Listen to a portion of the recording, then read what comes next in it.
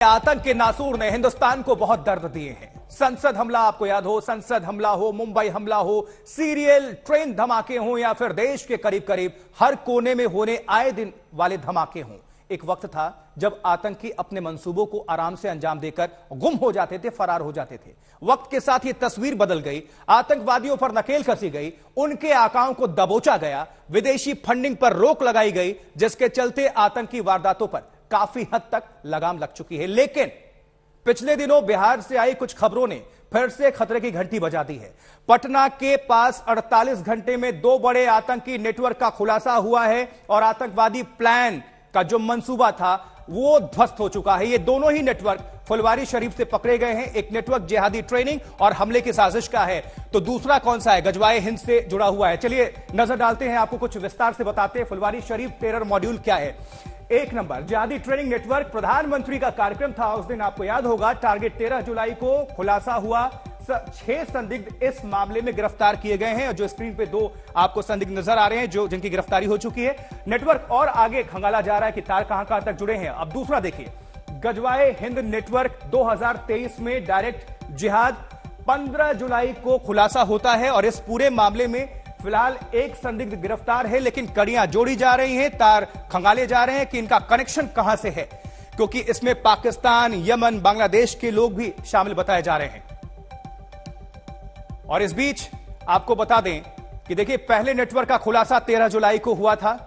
48 घंटे के अंदर ही 15 जुलाई को एजेंसियों ने दूसरे नेटवर्क का भी पर्दाफाश कर दिया और पहले नेटवर्क में अभी तक 6 गिरफ्तारियां कुल हो चुकी हैं, जबकि दूसरे नेटवर्क में एक संदिग्ध ही पकड़ा गया है, जिसको हम बता रहे हैं। और इसके बाकी लोग पाकिस्तान, बांग्लादेश, यमन जैसे मुल्कों में बैठे हुए हैं, वहां से ऑपरेट कर रहे हैं। और ये दोनों नेटवर्क फिलहाल अलग अलग कार्रवाई में पकड़े गए हैं। दोनों का एक दूसरे से कोई लिंक है, ऐसा दावा पुलिस ने अब तक नहीं किया है। लेकिन एक ही शहर में 2 आतंकी नेटवर्क इतनी बेफिक्री के साथ चल रहे थे, यह और भी चिंता में डालने वाली बात है। एक स्पेशल रिपोर्ट, विस्तृत जानकारी इस रिपोर्ट में आप देखिए क्या कुछ अभी चल रहा है और क्या है अभी तक का अपडेट। नजर डालें।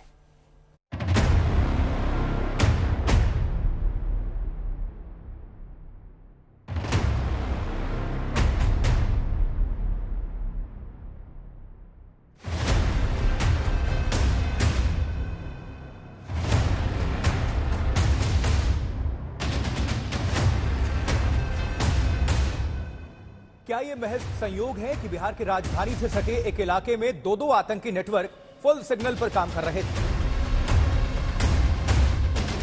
क्या यह महज संयोग है कि दोनों आतंकी नेटवर्क के सिग्नल जांच एजेंसियों ने एक के बाद एक 48 घंटे के अंदर पकड़ लिए?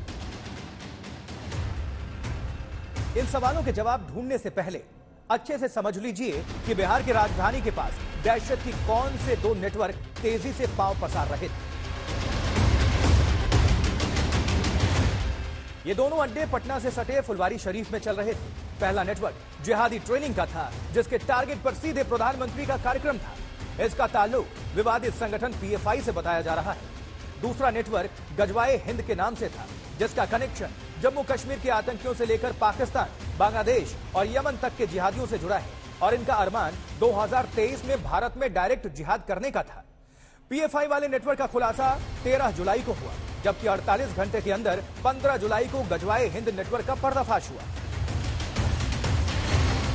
पहले बात आतंक के उस नेटवर्क की जिसने पीएम मोदी को निशाना बनाने की साजिश रच डाली थी। फुलवारी शरीफ के इस मकान में चल रहे इस आतंकी स्कूल के तार जाने कहां से जुड़े हैं। जांच एजेंसियां इन्हीं तारों को टटोलते हुए मिथिलांचल तक पहुंच गई। तलाश थी 3 लोगों की, जिसमें सबसे बड़ा नाम था नूरुद्दीन। लेकिन दरभंगा पुलिस जब तक नूरुद्दीन के ठिकाने पर पहुंची, वो फरार हो चुका था। ये किनका मकान है और क्या कुछ जानकारी मिली थी आप लोग यहाँ रेड करने में, क्या मिला? इस कांड के जो नामजद अभियुक्त हैं वो किराए के मकान पे यहाँ रह रहे हैं और इनका और परिवार के लोग रह रहे हैं, बट वो यहाँ पर उपस्थित नहीं है।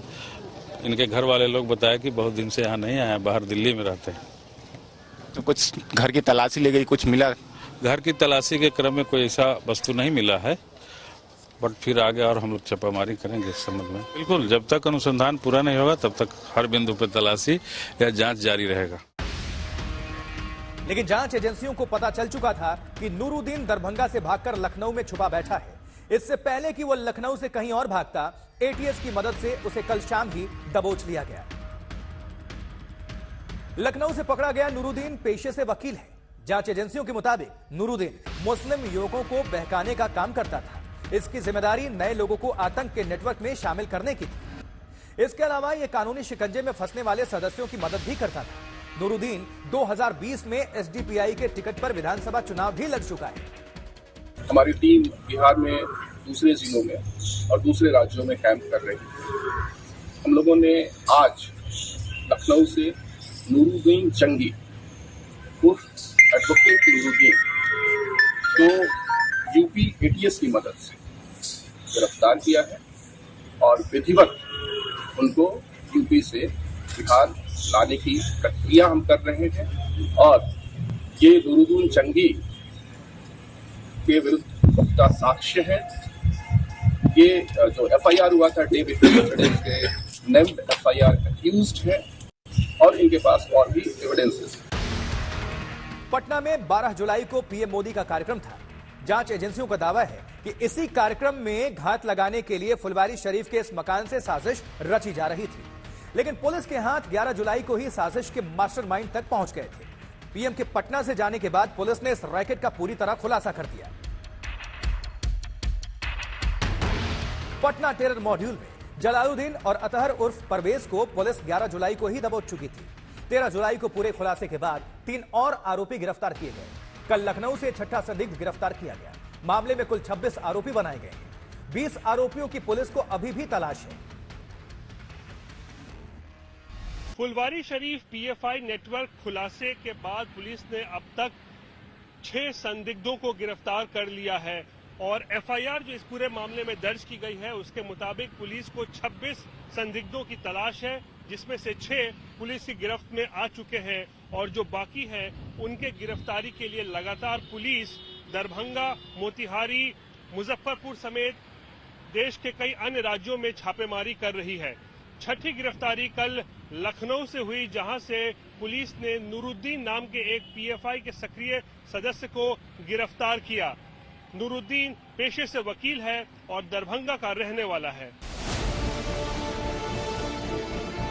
आतंकी साजिश का यह रैकेट पुलिस के रडार पर कैसे आया, यह जानना भी दिलचस्प है। मई महीने में पटना में कुछ धार्मिक संदेश व्हाट्सएप पर फैलने शुरू हुए। इस मैसेज में मुसलमानों को धर्म के नाम पर तरह तरह से भड़काने की कोशिश हो रही थी। यह संयोग ही था कि ऐसा ही एक मैसेज फॉरवर्ड होते होते फुलवारी शरीफ के थाना प्रभारी के मोबाइल तक भी पहुंच गया और 11 जून को थाना प्रभारी इकरार अहमद ने एफआईआर दर्ज कर जांच शुरू कर दी। उसी भड़काऊ मैसेज का सिरा तलाशते हुए पुलिस जलालुद्दीन और अतहर परवेज तक जा पहुंची। भड़काऊ व्हाट्सएप मैसेज की जांच कर रही पटना पुलिस को अंदाजा भी नहीं था कि उसके मैसेज का दूसरा सिरा बारूद के ढेर से जुड़ा है, जो अगर फट जाता तो जाने कितनी तबाही मचाता। लेकिन वक्त रहते पुलिस इस आतंकी नेटवर्क की तह तक पहुंच गई। पटना से रोहित सिंह और सुजीत झा के साथ आज तक ब्यूरो।